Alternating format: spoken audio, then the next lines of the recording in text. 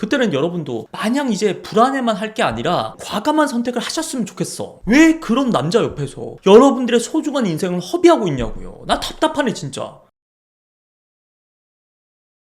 네, 여러분 반갑습니다. 마선생입니다. 얼마 전에 제가 어떤 분들이랑 상담을 하면서 했던 말이 있거든요. 어제 남자친구랑 약간 말다툼을 했는데요, 남자친구가 아무래도 좀 분노 조절 장애가 있는 것 같아요. 근데 제가 그분에게 이런 말을 했습니다. 분조장, 지금보다 정도가 조금 더 심해지면은 그것도 생각해 볼 만한데, 확실한 거 님은 지금 불안 조절 장애가 있어요. 제가 뭐 수많은 권태기, 연애 위기 상황, 이걸 상담을 하다 보니까요, 느낀 바가 분명히 있습니다. 여자분들은 그 스스로의 불안만 잘 컨트롤해도 그 이별, 싸움, 위기, 이거의 80%는 싹 없어질 거라고. 그만큼 남자들 입장에서는요, 여자들의 그 스물스물 올라오는 불안감, 그래가지고 막 집착하고 연연하고 잦은 서운한 표현, 이런 거에 지칠 수밖에 없다고요. 그런 의미에서 오늘은요, 그놈의 불안을 잘 다루는 법에 대해서 알아보도록 하겠습니다. 먼저 불안이라는 감정이 생겨나기 전에 원천 차단. 남자친구가 나에게 조금 서운한 말을 했어, 연락이나 만남에 요즘 들어가지고 뭔가 성의가 안 보여, 그런 행동, 말이라는 결과가 있잖아요. 근데 그 결과의 원인을요, 너무 섣불리 나를 사랑하지 않아서, 나에 대한 마음이 식어서, 이렇게 남자의 감정과 연결 짓지 말자고요. 그렇게 미리 판단해가지고 여러분이 얻는 실익이 뭡니까 대체? 여차하면은 내가 먼저 우리 헤어져 이렇게 선수를 치겠다? 그럼 내가 덜 상처받으니까 차라리 그런 거라면 괜찮아. 근데 대부분은요, 그렇지 않죠. 맞아, 남자친구는 나를 이제 더 이상 사랑하지 않는 것 같아. 그런 자신의 판단, 추측, 이런 거에 걸맞는 증거들을 점점 모아나간다고. 연락할 때 뭔가 이모티콘도 확실히 줄었고 답장 속도도 전보다 좀 느려졌어. 그 관계와 자신을요, 파괴하는 방향으로 흘 수밖에 없다고 생각이. 그러니까 그렇게 되기 전에 제발 그냥 심플하게 담백하게 물어보자고. 혹시 그렇게 말한 의미가 뭐야? 괜히 나 혼자 오해하면 안 되니까 미리 물어보는 거야. 이것도 절대 톡으로 하지 마세요. 괜히 분위기만 무거워진다니까. 톡보다는 전화보다는 좀 만나서 얘기하자고요. 그리고 만나서도 그냥 심플하게 확인 차원에서 얘기한다, 요 느낌. 그리고 두 번째, 이 불안이라는 나의 감정을요, 남자 탓으로 돌리지 않는다. 아니, 남자친구가 그렇게 하니까, 그런 말 하니까 그때부터 제가 점점 불안해지더라고요.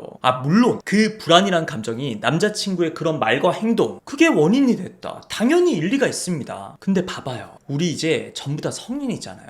나의 감정은 내 스스로 책임을 질 수 있어야 될 나이잖아. 근데 남자친구가 진짜 나를 감정적으로다가 망치고 있다, 이러다가는 내가 정말 불안형 인간이 될 것 같다, 그런 생각이 들면요, 방법은 간단합니다. 그냥 헤어지면 돼. 나의 불안의 원인을 그냥 깔끔하게 제거하면 된다고요. 물론 이게 말처럼 그렇게 쉽지 않은 거 알지. 근데 그래서 결국 내가 헤어지지 않음을 선택하잖아요. 그럼 그런 나의 선택으로 인해서 따라올 수밖에 없는 그 책임, 이것도 내가 지는 거라고요. 근데 헤어질 수도 없고, 불안은 불안대로 계속 속으로 키워가면서 이걸 남자친구 탓으로 돌리고만 있다? 이건 성숙한 연애 마인드가 아니지 않습니까?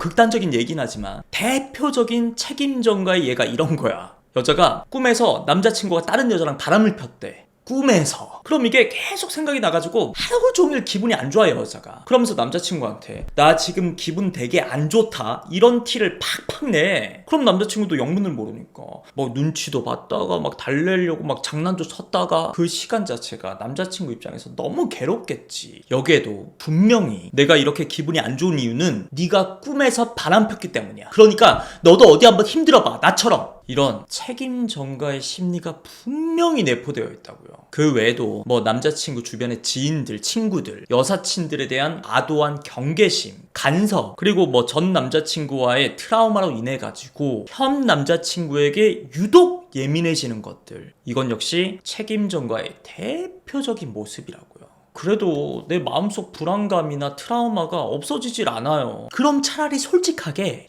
약간 좀 불쌍하게 나가는 것도 좋은 전략입니다. 미안해 오빠. 나도 이러기 싫은데 오빠 그 여사친이 괜히 막 신경 쓰이고 그러네. 처음엔 안 그랬거든? 근데 오빠가 그만큼 더 좋아졌나 봐 내가. 이런 내 모습 되게 별로지. 이러면요 오히려 남자가 부드럽게 나올걸요? 에이 별로라니 무슨 소리야. 마숙이 귀엽네? 질투도 할 줄 알고? 남자 앞에서 자존심 내세우는 게 제일 하수들의 전략이야. 남자들은요 자기의 여자가 오히려 자기 앞에서 약한 모습을 보일 때 그때 막 더 감싸주고 싶은 그런 막 부성애가 올라오니까요.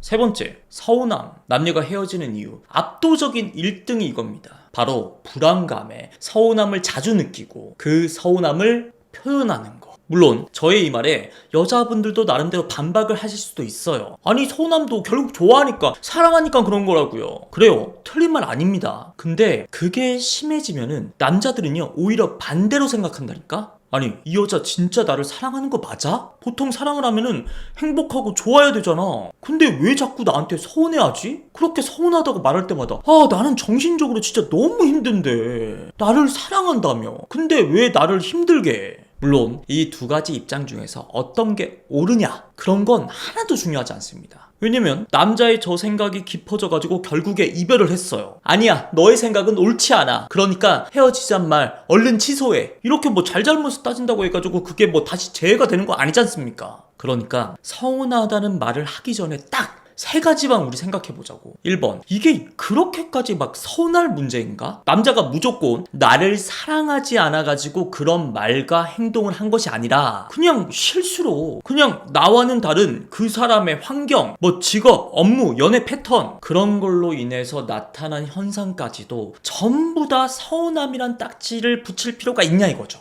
그리고 2번, 반드시 짚고 넘어가야 되냐. 연인 사이든 친구 사이든 뭐 아무리 가볍게 좋은 의미로다가 그렇게 지적을 하더라도 이게 좀 잦아지잖아요. 그럼 자연스럽게 뭔가 관계가 불편해질 수 있습니다. 왜? 신경을 쓰다 보면 조심할 수밖에 없죠? 조심을 하다 보면 나도 모르게 위축이 되니까. 그러니까 그냥 적당히 그냥 넘어가도 될 만한 문제는요 그냥 넘기는 게 제일 상책입니다. 마지막 3번, 그래도 얘기해야겠어, 안 되겠어. 그러면 딱 2가지 방법 중에서 하나를 쓰세요.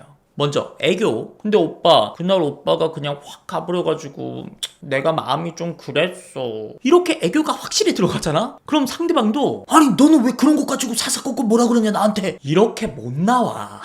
왜 그래 이러고 말지. 아니 맞쌤 안 그래도 서운해 죽겠는데 무슨 애교예요. 오케이 그러면요 그냥 담백하게. 담백이 뭐예요? 최대한 감정을 배제시키자는 거죠. 내가 절대 화내거나 서운해서 그런 거 아니야. 서로에게 작은 거라도 좀 솔직하게 말하는 그런 사이여야 되니까 그런 의미에서 얘기하는 거야. 알겠지? 이렇게 미리 깔아두면요 상대방도 마음이 차분해진 상태에서 내 이야기를 경청하게 된다고요. 근데 뭐 좋게 이야기도 해보고 구슬려도 보고 다 했다. 근데 안 된다 이 자식은. 그러면요 이건 단순히 나의 불안, 서운함의 문제가 아닐 겁니다. 분명히 진짜 그 남자가 나한테 마음이 식어서 사랑하지 않아서 그래서 그럴 확률이 훨씬 높죠.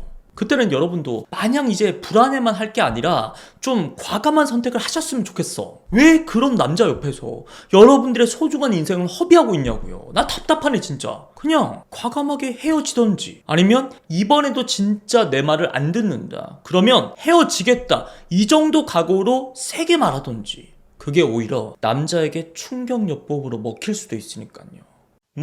자 오늘은 불안에 대한 이야기를 해봤는데요. 제일 좋은 건요 여러분들이 이 영상을 보시고 여러분들의 불안을 스스로 잘 다스릴 수 있는 거 연애하면서 그겁니다. 그럼에도 이게 잘 안 된다 그러면요 그 불안을 막 더 키워가지고 진짜 막 미치고 팔짝 뛸 것 같을 때 제발 더 일을 키우지 마시고 그 전에 저를 찾아오세요.